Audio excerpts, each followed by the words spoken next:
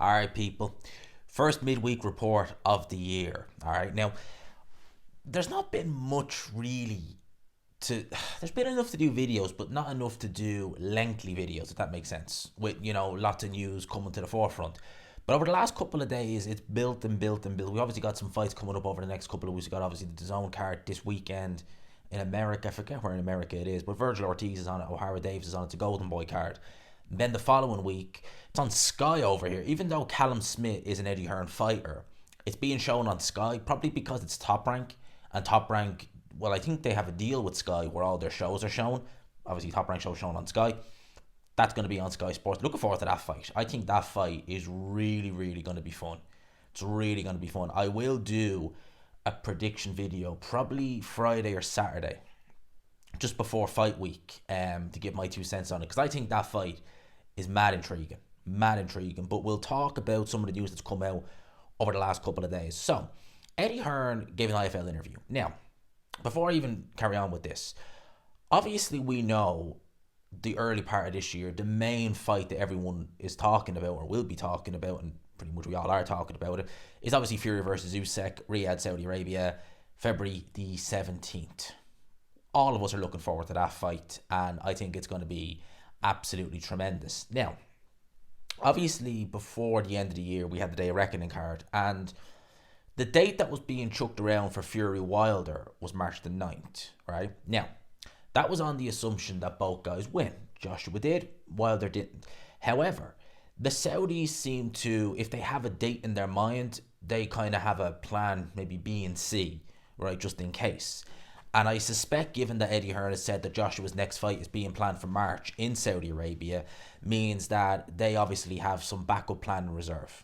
Now, the three names he has here are Filip Hrgovic, obviously, Zilli, Zang, and Francis Ngannou. Now, I only found out Hrgovic isn't actually with Matchroom or Sauerland anymore. That contract's come to an end, right? So he is technically a free agent, but you would imagine if the IBF title, we assume, I want to just chuck that in there, we assume becomes vacant because we don't know. I mean, the IBF are sticklers, to say the least, right? I mean, look at the Jay Apataya situation. I mean, that's just silly, especially if your mandatory admits, look, I won't be ready. And I'll talk about Breeders because there's news on him as well. But if you're mandatory, if you have a mandatory, right, and the mandatory admits, look, I'm not ready. You have the interim title for challengers. If the champion isn't ready, you obviously can't do that for the champion if the mandatory is not ready. So let him fight. What's the problem? So I can't imagine they're going to be too helpful. I mean, I think if it was Canelo Alvarez, probably would be.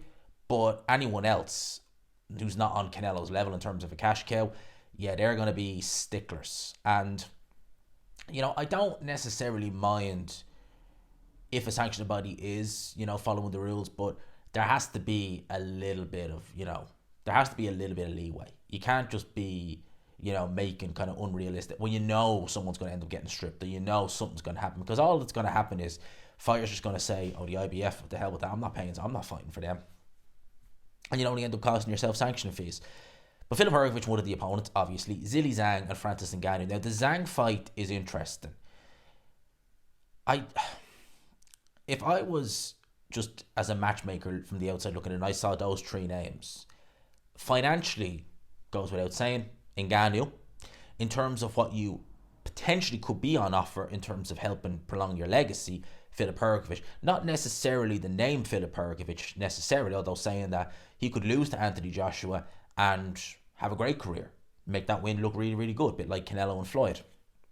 Now, the only reason I say Hrgovic is because if there is a vacant title, three-time world champion, there you go. With Zilli Zang, that's a high-risk fight with what's your reward? An interim WBO heavyweight championship. It's not an official title. You can't call yourself world champion if you're interim champion.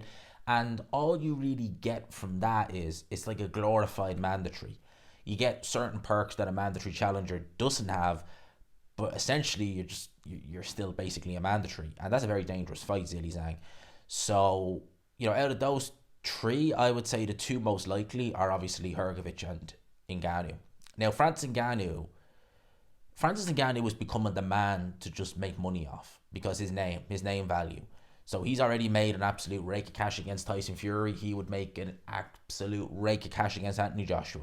So for him, he probably doesn't care. He's like, I'll fight Anthony Joshua happily, because again, he'll just make an absolute rake of cash. Now, Frank Warren did say that they're looking to do, obviously March the 9th, Parker will be featured prominently on it. So what that could mean for Joseph Parker, I don't know. I would envision that it could potentially mean he's in a fight against, a top contender, maybe a Daniel Dubois, someone like that, maybe a rematch with Joe Joyce, who knows, because he's also talking about coming back in the month of March. And, for me, for Joe Joyce, I think the best fight for him and the fight that makes the most sense, if he's going to stick around, is Deontay Wilder, because that really is a loser leaves town match. I think that'd be a good fight as well. I think it'd be an interesting fight, certainly. That would make the most sense for Joe Joyce. Also, I would say a Dubois fight as well makes a lot of sense, because for Dubois, it's a chance to finally say, I've righted that wrong. That wrong is gone. I'm able to do it. I'm able to beat the guy who took my own. I'm able to get rid of all those demons, right? Yeah, Usyk is still there, but in terms of the Joyce defeat, that's gone. That's gone. And he showed a lot against Jarrell Miller, and I think that he's just going to go from strength to strength. So if I was Warren, I'd be looking at those fights. And obviously, I've done a video about Dillian Whyte asking where is he. We don't know. We've heard literally nothing from him.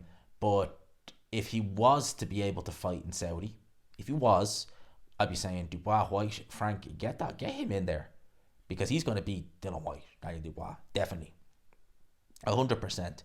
The WBA have now confirmed that Tank Davis is now the sole WBA lightweight world champion now that Devin Haney is vacated.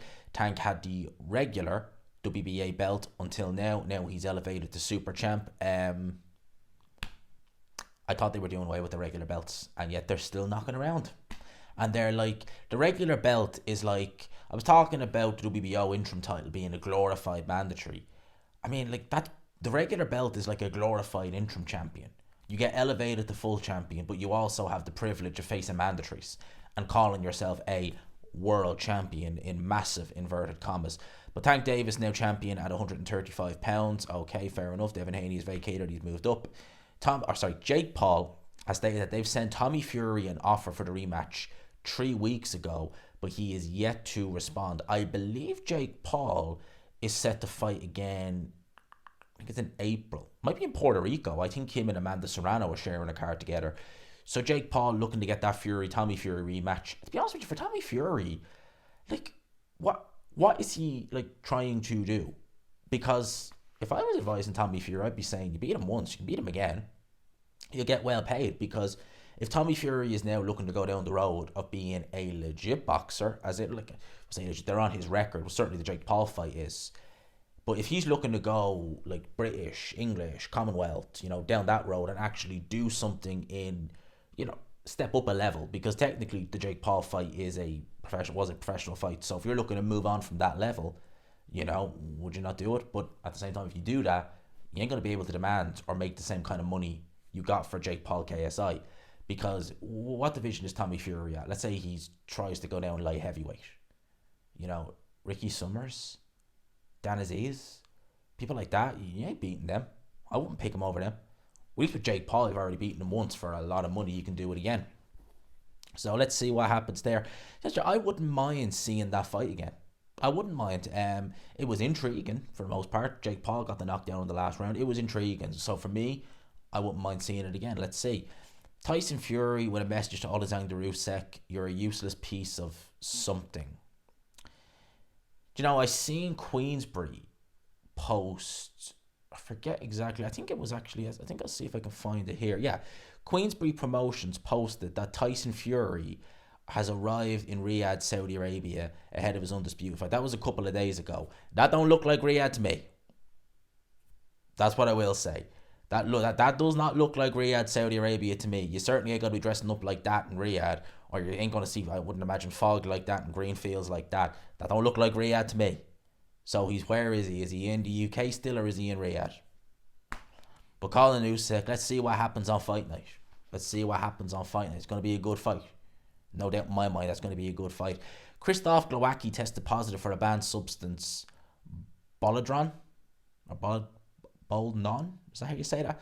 in a UCAD test following his defeat to Richard Riakporhe last year. He's now been served a 4-year ban, but now he's competing in MMA. Certainly didn't help him in that fight, not even in the slightest, because he got well and truly, he got stopped. I think didn't he have a good first round and then just went off the boil. So another fighter testing positive in the UK. He's got a ban. Well, they won't change that to a no contest. He took the L. They normally tend to, when a fighter wins, they tend to change it, but when it's a loss, they tend to just leave it be. Floyd Mayweather on Inside Fighter has listed 3 fighters he believes are the biggest stars in the world of boxing right now. Canelo, number 1. Garcia, number 2. And Tank Davis, number 3. You know, Garcia is still a star. And he has tremendous star power and marketing power. He really does. I think that's why Oscar is so determined to get him, hopefully, a world title or something, because he has tremendous star power. He really, truly does. I think that if he had beaten Tank Davis, sky would have been the limit. Sky really would have been the limit. Now, I was talking about Myris Briedis earlier, right? So, WBO have officially ordered Briedis versus Ramirez, Gilberto Zurdo Ramirez, for the vacant title, according to Dan Rafael. Purse bids set for the 16th of January. Alright, Briedis hasn't fought since he lost to Jarrell Pataya. I know Ramirez fought Joe Smith Jr. before Christmas. And is that it? And that was hang on a minute. So he fought Joe Smith Jr. They both weighed 191 pounds on fight night, right? So they weren't even near the cruiserweight limit, right? He won that fight. That was back in October, right? Okay, fair enough. In a 10-rounder. How, explain this to me, IBF, right? How does a guy having one fight at light heavyweight, and he's never held a version of the WBO title, the IBF title as far as I'm aware, he was WBO at 168. Did he even have a world title? No, he fought for the WBA title against Bivol at light heavyweight last year, 2022. And then he's fought a 10-rounder against Joe Smith, and now that's put him in line to fight for the vacant IBF title. That's silly. Silly. You strip Jarrell Pataya or make him vacate, and you give a crack. Look, I like Ramirez, but he's not earned a shot. A 10-rounder over Joe Smith Jr., and boom, you can have a title shot. If it was a 12-rounder with a trick, a title on the line, I could maybe say, I can see why he's so highly ranked. A 10-rounder, really? Now, you know, the IBF and WBO they are better behaved than the other two, the WBC and WBA, but they're still not good. You know, it's like they still do things that you look at and think, really? But they're not as bad, which just shows how bad the WBA and WBC, especially those guys are. Now, Jose Ramirez is reportedly now a free agent. He's finalising a promotional deal with Oscar De La Hoya and Golden Boy after leaving Top Rank and becoming a free agent. You know, I like Jose Ramirez. I think he's a good fighter, and he's definitely got a lot of good fights that could be made. So could he be going to 147? Will he fight Ryan Garcia at 140? That'd be an interesting one. Now. People are going to know my thoughts on this, right? Jarrell isn't... I always call him Big Farmer, but let's say Jarrell Big Trouble, because that's what he seems to be getting himself into now. Miller. So he is now in let's call it a spot of butter, right, for the algorithms. I'll read it here. It's alleged that Miller grabbed a car dealership employee from behind, placed him in a chokehold, and slammed him into the ground and drove off in a Dodge Ram pickup truck that was recently repossessed. Police said Miller did not know that the truck had a tracker inside it, which made locating and arresting him easy. He's now been, well, obviously his mugshot is there. So, Miller arrested. I've said it once, I'll say it again. The guy is a scumbag. He's an absolute... Miller is a scumbag. This is a guy who's failed multiple PED tests, has shown absolutely no remorse for it, right? No remorse whatsoever, right? Yeah, I like the trash talking, and certainly when he was, you know, before he got popped before Joshua, he was looking entertaining, but obviously we know why he was looking entertaining.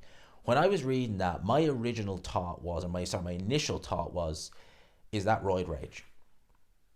Is he someone now who, now that he's taken an L against Daniel Dubois, is so reliant on the performance enhancers that maybe the fact that he lost to Dubois, he's like, I need to get back on it, and there's an element of roid rage going on there, because that is, I, I just struggle to look at that and just think like, what would inspire you to do that? Like, go and look. At the end of the day, it's not the worst crime I've ever heard, but like, still, just that obviously has a fit of rage would have went over Miller in that moment, and I just think that's just, is that to do with roid rage? You know, going back on, you know, certain products that you shouldn't be taking, and just a fit of rage, you know, stuff like that. I think, well, saying that, I would imagine, or at least from what I've heard, it's more if it's prolonged exposure. You know, like the Chris Benoit situation, where that guy had been, you know, on roids and getting hit. What I suppose, actually, I was going to say getting hit in the head with chairs doesn't help, but Jarrell Miller takes an awful lot of shots, so that can't help either. For those who don't know the Chris Benoit situation, it's a tragic situation. Benoit had the brain of, I think, well, they claimed an 85-year-old Alzheimer's patient. Surely, if you saw any of the brain scan pictures they released to the public, it really, and they did like a healthy brain and his, I mean, you didn't need to be a brain surgeon to know it did not look good. And that was a guy who, God knows how long, probably the best part of 2 decades, was on roids, taking unprotected, like, steel chair shots to the head. So God knows how much CTE he had. Probably had loads of, I think he did actually. And obviously he snapped in 2007. If those don't know, go and look it up. I'm not going to talk about it here, but if you don't know, go and look it up. It's well documented. Obviously Miller has not probably taken that kind of abuse, I wouldn't imagine, but certainly taking as many PEDs as he did, maybe still is, and getting hit in the head, certainly against Dubois. But you would imagine that Miller, if you fight how you spar, I would imagine he's taken a fair few shots to the head, because he's not hard to hit. A fair few shots to the head and sparring, that could add up. And it's like a cocktail, you know. Taking shots to the head is one thing, right? And like someone like Jermaine Taylor is a good example, you know, especially that knockout he suffered against Arthur Abraham. People say like his personality changed a bit, and some fighters have had that. Getting hit to the head is one thing, but then you amplify that with the cocktail of performance enhancers, because this guy isn't just taking, you know, one specific, or wasn't, I should say, one specific over the counter. This guy was taking, that's why I call him Big Farmer Miller. My guy was taking a pharmacy almost, you know, loads of stuff. So you add a sport like boxing where you're getting hit in the head, and surely he's been concussed at least once or twice probably in his life, and you add that in the cocktail of whatever he's taken, that's a recipe for disaster right there. It's a recipe for disaster right there. Now, moving swiftly on. Teofimo Lopez will defend his WBO super lightweight world title against Jermaine Ortiz on Thursday, February the 8th in Las Vegas. He's doing more fights on a Thursday night now, Bob Arum is. Keyshawn Davis, Jose Pedraza on the undercard. That's a good fight, actually, to be fair. What was I going to say? Oh, yeah. I was going to say about the Thursday night fight. He doesn't have a hard act to follow in terms of Thursday fight night. Shakur Stevenson in his last fight, I mean, just throw 20 punches in the first round, you've pretty much beaten Shakur Stevenson for his performance, to be honest, which you genuinely have. I've seen other things on here on Twitter, and I actually thought I seen more. I actually genuinely thought I seen more stories on Twitter, but I don't. We'll go on to boxing scene and we'll have an old look-see. Oh, I did see this actually. Jason Cunningham, age 33, has decided to retire from boxing. That's sad, because I always liked Jason Cunningham. I actually interviewed him before he fought Zilli Tete. I was at that press conference in Wembley. And that loss to Zilli Tete, because Jason Cunningham was coming off the back of a lot of good performances and was really having an Indian. He was doing a Maxi Hughes almost, if you think about it, because Maxi Hughes was a guy who, you know, go back to 2018, 2019 to a lesser extent. I mean, he was working pretty much full time. He was a builder or working on the building sites. He had a couple of losses. I think he had 4 or 5 losses. And he was seen as just, you know, Maxi Hughes is a guy you not a journeyman, but a gatekeeper, so to speak. If you're good, you beat him. All right. He was able to train, focus, go full time at that. That was back when he was with that managerial company. He ultimately went to Matchroom. And you've seen him get better and better and better because he was able to put more time into it. With Cunningham, it was something similar. He had that win over Yafai, Gamal, or was it Galal? It's one of the Yafai. I always get them two mixed up because their names are so similar. I think it was Gamal Yafai. He beat him, dropped him loads of times, won a Europe, I think it was for the European title, and kept on winning. Ran into Zilli, Tete juiced up to the eyeballs, and like, it wasn't just that he was beaten and knocked out, he was knocked out real bad, like real bad by Zilli Tete.